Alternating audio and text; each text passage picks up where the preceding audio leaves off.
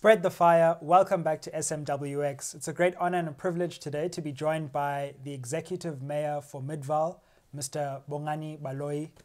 Mr. Mayor, thanks so much for joining us on SMWX. Well, thank you for having me on the platform. I think it's an awesome opportunity and a good platform for people to be on and just to provide a different perspective away from your traditional media and that whole situation. So it's good to be here. Thank you for inviting me. Yeah, we're really excited to have you here. How do you feel in the hot seat after former President Zuma? I think it's an honor. Maybe it could indicate a trajectory for me at some stage. Who knows? Maybe. So, hey. Either you're going to the presidency or the State Capture Commission, one of those two. Ooh. The future will tell, but I'd rather stick to the presidency. No, thanks for joining us. I think you're a really exciting political figure in our political landscape right now.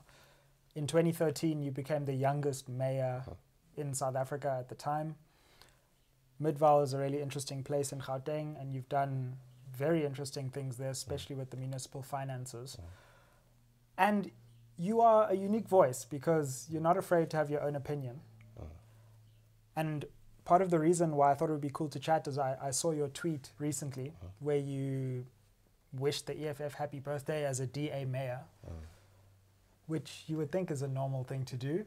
I thought so as well. And then all hell was unleashed on you. How did you feel and what was it like, and how do you react to the way that tweet was received by people in your party and outside your party? Look, I think there's been a generally overwhelming support for what I said, and I still believe it was the right thing to do. There's one or two people who may not agree with what I said, and I think it's, as I responded in my tweets, it's on the basis of political insecurity and not understanding political maturity. So I think for me, it's important to be able to relate with other young people, and if someone is doing something good, I mean, I must say, I won't feel bad. I won't lose anything by acknowledging. And what I said there, I mean, wishing the EFF well and saying they have had a good impact in SA politics as a matter of fact. So it's not a matter of perspective. So whether you may believe they are fascist or whatnot, the fact is today the city of Tshwane and city of Johannesburg, which have assisted the Democratic Alliance, my party, to be able to run those municipalities, even though they may not be part of a coalition, but they voted for those mayors. So anyone who's denying that is a problem. So it's a matter of fact, and I think people must just own up. But it speaks to the type of politics which I'm interested in, which is building consensus and actually trying to form a national identity of South Africa, which beyond politics will be able to work towards with all political parties. I mean, I often make the point that imagine on a key national day, where all political parties and the president are in one location doing one thing. As South Africans, as leaders, imagine that image of seeing Julius Malema, Mmusi Maimane, and Cyril Ramaphosa with national key days. Because I mean, this whole politics often pushes people into their corners, and I really believe that the future is in the center.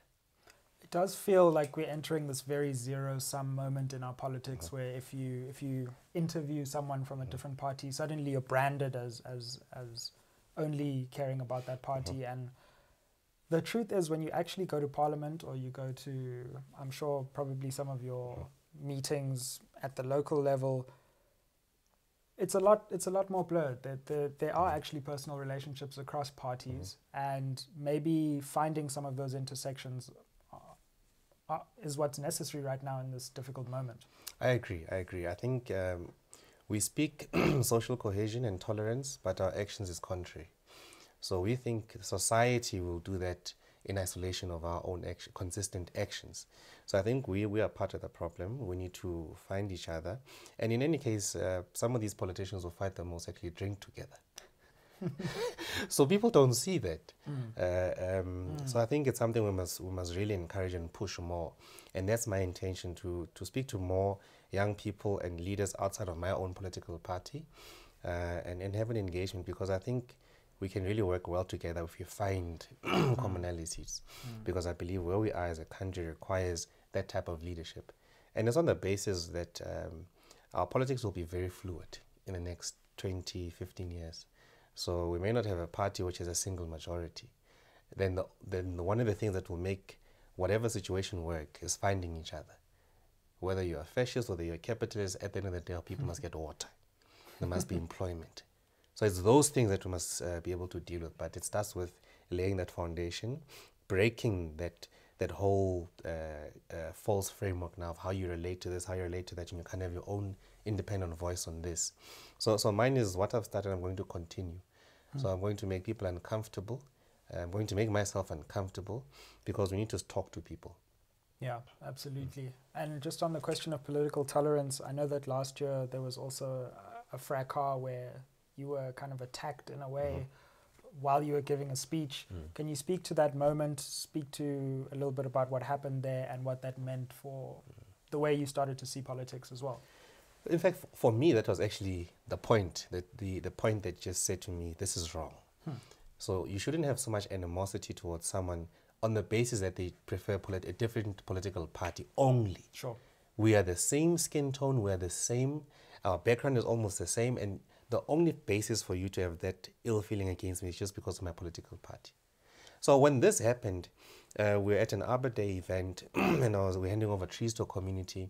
There was an issue of electricity in the community and we were waiting for grant approval from Department of Energy, which we got 2 months after that event.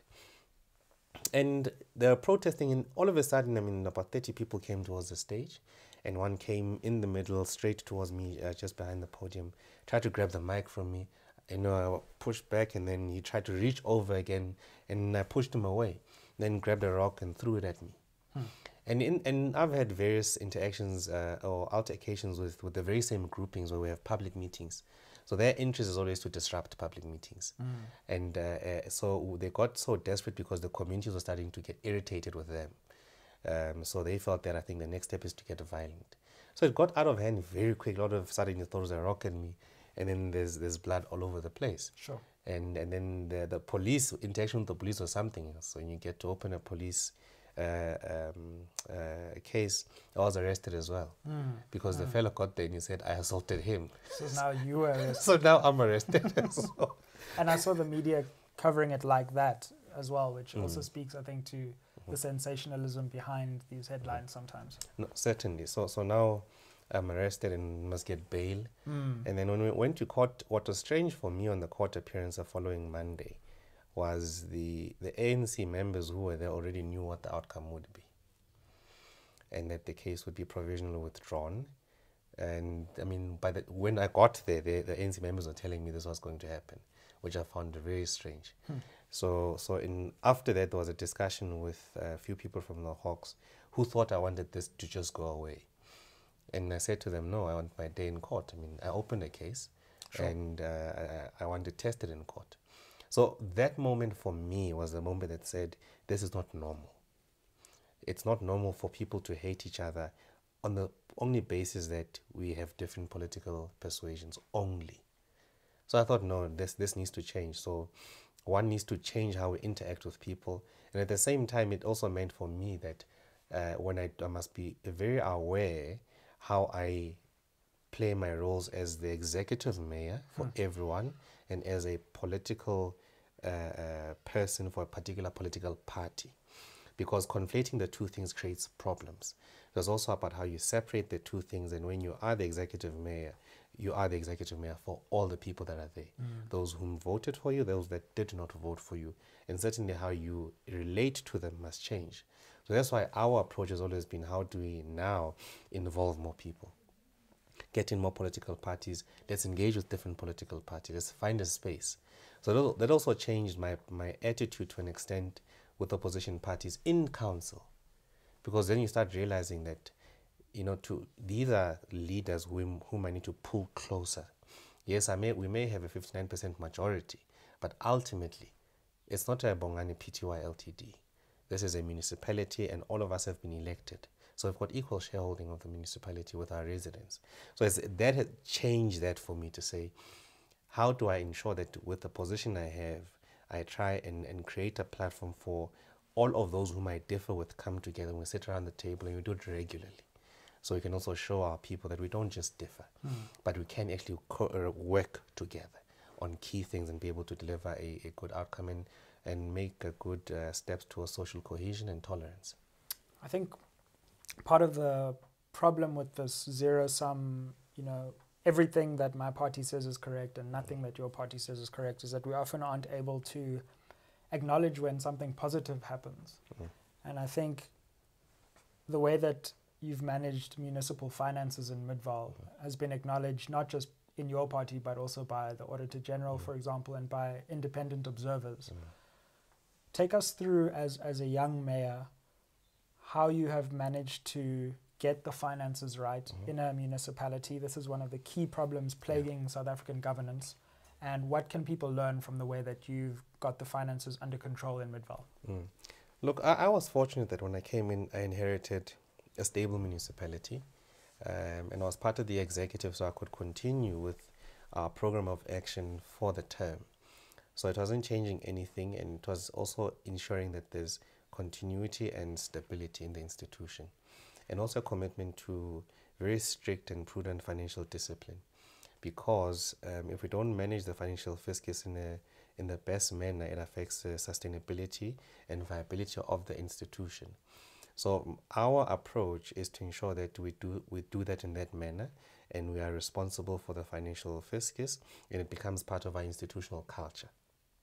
So very strong and strict discipline towards financial management, but also inculcating a deeper culture for performance management, which happens far more frequent than normal. So then we can find problems quick and be able to deal with those issues. How does that work? By inculcating that culture, what kinds of steps have you taken that have improved that? So what we've done is, I noticed in 2013 that there's performance evaluation for, I think, about 3 levels. Okay. Just senior and below the level of senior and just above middle management, and it stops there.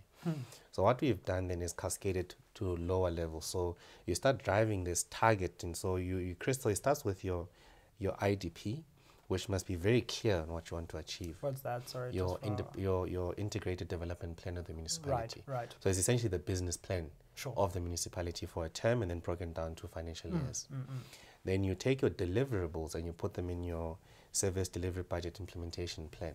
This is where you say, we'll tar X amount of square meters of road, we'll increase provision of water to this percentage, etc., etc. Now, all of those is broken down to a year and to a quarter. Once you've broken it down to a quarter, you can even go per month and every second week. So I instilled that type of evaluation regularly, to the point where when we were doing our performance evaluation, I could preempt what the outcome would be. So all of these reforms change even the culture of performance, and we ensure that we've got stretch targets, but obviously ones which, within the resources we have, people can achieve those. Because when we achieve those targets, and if in fact stretch ourselves a bit more, the beneficiary is the community. Sure. And this translates into livable and material service delivery changes on the ground. So that part deepen the culture of performance and delivery, and also it ensured that strict commitment and discipline with regards to financial management. But the side effects is that it limits creativity. Okay. And puts you in a position of 90% compliance. So you start thinking when there's something new. So if you want to respond differently to a situation which you've been responding to the same for the past 9 years, nothing has changed. The first limitation of a culture like that is that, legislation says we can't. So it's almost compliance mindset driven, which for me has been one of the stumbling blocks. Because now you say, I don't understand why we're still delivering services the way we do. We've got young people who are unemployed. Why do we drive in every street to collect refuse? Doesn't make sense to me. Why must we send a municipal team 60 kilometers into a community when there's people unemployed there? So we should surely be able to break down the cost of services per trading service, water, sanitation, and a number of those, and be able to say, this is how much we spend per area, and be able to ensure that you get local people to participate in the value chain. So you start involving people in the delivery of services. So you don't create this relationship that you pay and you walk away. But there are those who are part of the delivery. Sure. And in my approach, I've always been pro the base, those who don't have, not those who are established, who are doing in business, but I actually want to get to the base, those who actually need it the most. So I've always thought around, how do we come up with responses that eliminate your tenderpreneurs, but gets to your base. Sure. And then services don't become this thing that come from outside in. Correct. It becomes an inside in. Correct. Now that's quite fascinating. And I think the other interesting thing that you've had to deal with as a young mayor is investigating, finding wrongdoing, and taking action. Can you take us through some of the ways that you've audited, the way that you've investigated, and where you've actually seen wrongdoing and malfeasance, taken decisive steps? Look, it has happened a number of times over the years, but I'll speak to the most senior ones, Sure. and most of the topical ones in recent times, where there was a whistleblower who wrote an email to me, who's a junior staff member in the Human Resource Department, who said, these things have been happening over a period of time, and these are things that are done by senior management, accusing the deputy municipal manager, and also by extension the municipal manager, because accountability ultimately stops with him. Right. So with that, one had to take a decision to firstly inform council in terms of the regulations, and this is where I had a big disagreement with the municipal manager in the approach, and in also how we interpreted the regulations that deal with disciplinary hearings of senior managers, where I interpreted strictly and conservative the legislation that it's not for me to determine whether there's a case or not.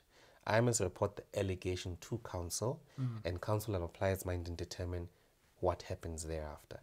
So I did that, and also the allegation was an allegation on the member of my mayoral committee whom I've appointed, right, and saying that she's part of the selling of jobs, and that I referred to ethics committee and put on suspension pending the outcome.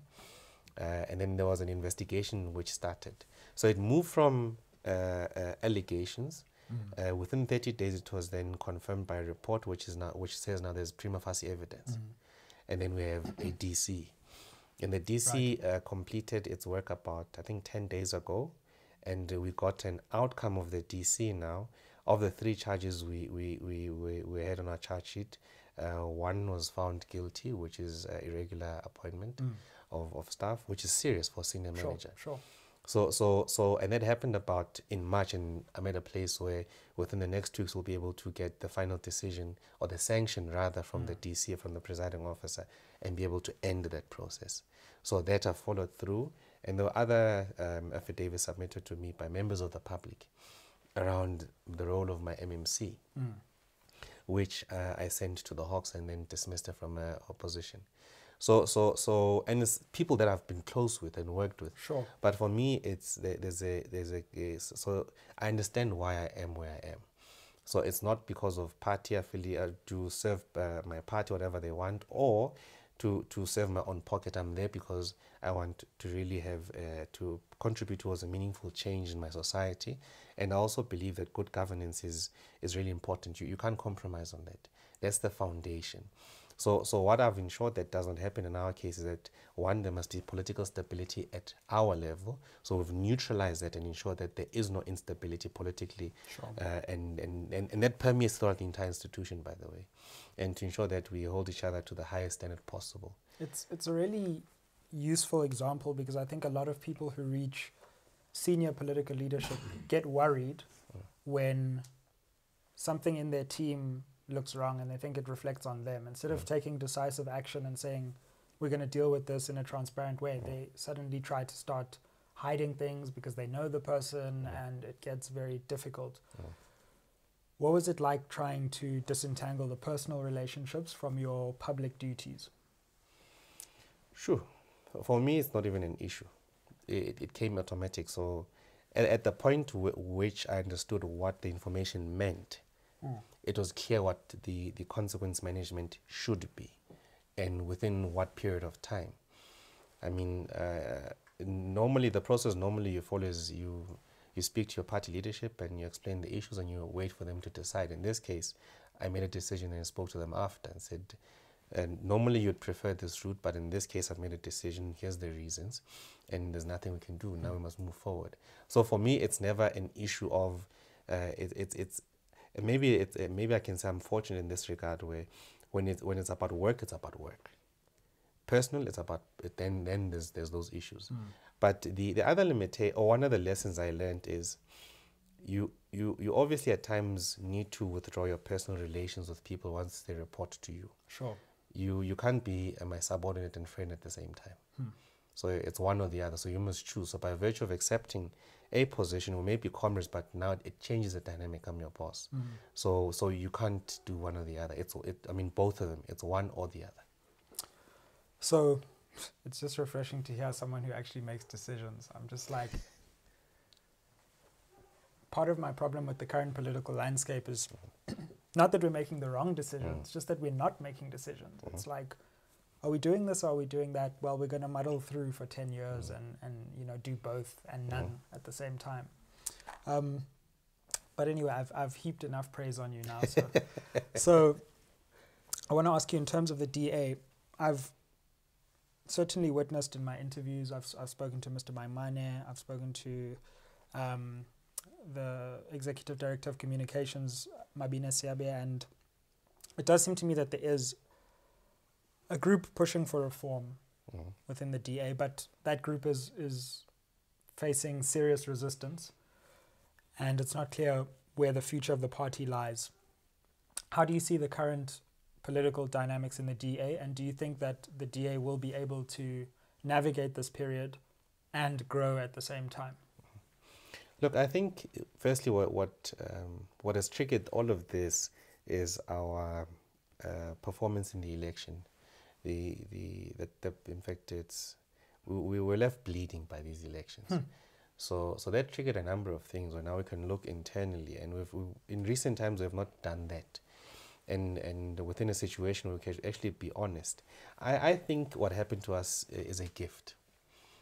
Because now we can't run away from dealing with our identity and who we really are as a party of today, and how we're certainly going to change if needed to be able to capture the aspirations of our people and build a better level of trust with our people. Because you can't say that our people trust us totally and think we are a viable option generally. So there's definitely issues there for us to be able to grow. Sure. And we may have some limitations that we need to speak about as a party. And primarily it's our identity, our policy responses on key things that involve your race, your redress, reconciliation as well. And we need to be very honest about how we confront our history as well. And I mean, the party must also be very disciplined. So a party where things are not dealt with and decisively, and you make a decision either way where you're going, and you allow almost a culture where there's some who can be dealt with and some who can't be dealt with, also speaks volume about that. So I think it's if the party approaches this in a honest manner, I think we can really grow from this. But if we try and if we start the process from having predetermined outcomes already and try and steer a process towards that, then you'll get much of the same, really.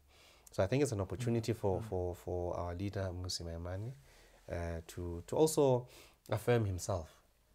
So I think he may have imposed some limitation on himself and put in fears. And I think it's really important for him now to realize that he is the leader of the party. And do you have confidence that the current leadership is in control of the party? Look, to power is not a stagnant thing. It really moves. So at times in the party you get a sense that, I mean, there's a particular thought or there's a particular view in the party which is finding prominence, and sometimes the leader is on the other side of the majority. So power is never stagnant. It moves quite a lot. So at times I think our leader has just given too much of it away and not really exercised because of his leadership style of wanting to get more people around the table. And at times I just wish that he could just act. Just act. So I think that also creates a particular culture in the party. It's a lot of things permeate and happen from there. So I've got absolute confidence in our leadership of the party, even though we differ on very number of things. I mean, our federal council is very robust. I can only imagine. so I mean, we differ, but at the heart of it, our party must resolve its existential question in 2019 and realize that when the party was founded and where we are now and context of our country and democracy and where we come from is very important. And how do you analyze President Ramaphosa's tenure, now moving on to the governing party, at least nationally? There's been talk of a new dawn. There's this notion that in some ways President Ramaphosa's persona has eaten into some DA support. Do you buy this notion that you're in trouble, and how do you see the track record so far of the ANC and governance post-Zuma? Look, I think building up to the elections and also after the elections, it showed that we lost a bit, and as a result, I mean, Horton is an example of the voting turnout there as a result of those who actually supported Ramaphosa. It was interesting that in his campaign they were trying to separate him and the ANC. So as if Ramaphosa would save the ANC and therefore save the country, and it ignited lots of hope. But that hope, I think, has died down with recent activities. And I think for me personally, there's a number of things that make me uncomfortable, and that's almost so you see with Zuma's government and Ramaphosa's government, those whom they associate with and they link most in the private sector, and the continuation of proximity of a particular grouping to the executive at a national level concerns me, because I mean in this case you see the very strong proximity of your Trevor Manuels, Maria Ramos, and a number of people whom are all over key institutions in the private sector but also linked to government. So that link worries me, because it almost says to me there's no space for new talent. That it's the same people, Jabu Mabuza there, Jabu Mabuza there. So that frustrates me, because I mean there's new talent. And I'm sure had he spoken to, as an example, BMF, they could have said, these are the people are available, let's give new talent a chance to get in, to lead various SOEs. So that's the one part that's making me concerned about the Ramaphosa presidency. I understand what he's trying to do. It's very noble, but I think you need fresh people. You need a different generation to be able to engage with these things and give an opportunity and trust towards them. But at the same time, he finds himself in a pickle now, where I think what is happening to him is what happened to Zuma not too long ago. So now there's a precedent set with how you respond to the public protector report. Now he's got that challenge. So now Parliament has to ensure that you really hold the president to account, because at the end of the day, did he lie or did he not lie in Parliament? So I think, look at corruption. And has anything decisive happened? Maybe we expected too much too quickly. But I think the new dawn has faded away, and now we're seeing the reality of same old. It's just a new elite. One leaves and then the other comes in, and it's almost the same old. So that worries me, and also how the posture we've taken in terms of African politics. I don't get the sense that South Africa is really positioning itself as a leader in Africa. I think we've relegated that to Nigeria, Kenya, and probably Rwanda, which is punching above its weight division. So I don't see South Africa being respected within that context in our African geopolitics as well. So I think at home there's a lot of things that need to happen. This weekend is the NEC of the ANC, and they'll deliberate on this. So I think I'm particularly anxious about the next 10 days to see what happens. And it's unfortunate that there'll be lots of instability in that period, and ultimately affecting the normal people in our country. It's going to affect this period. It's going to affect the ANC more. But obviously, what happens to the ANC happens in government. What happens in government affects all of us. So I think, as I said initially, the next 15 years will be very fluid. So I think this is the last time we'll see an absolute majority in national government. So coalitions will probably be part of the reality, and that's why we need to start talking now and being able to relate to each other and finding middle ground. Well, I'm sure you'll be one of the forces finding that middle ground. Thanks so much for joining us on SMWX, for sharing your thoughts, for being so candid as well, and wishing you all the best with the remainder of your term. Thank you so much. Really appreciate it. Ayeye. Thanks for watching the content. Like, share and subscribe on all platforms. smwx.co.za to join the WhatsApp channel. And let's build a new conversation for a new generation. Ayeye.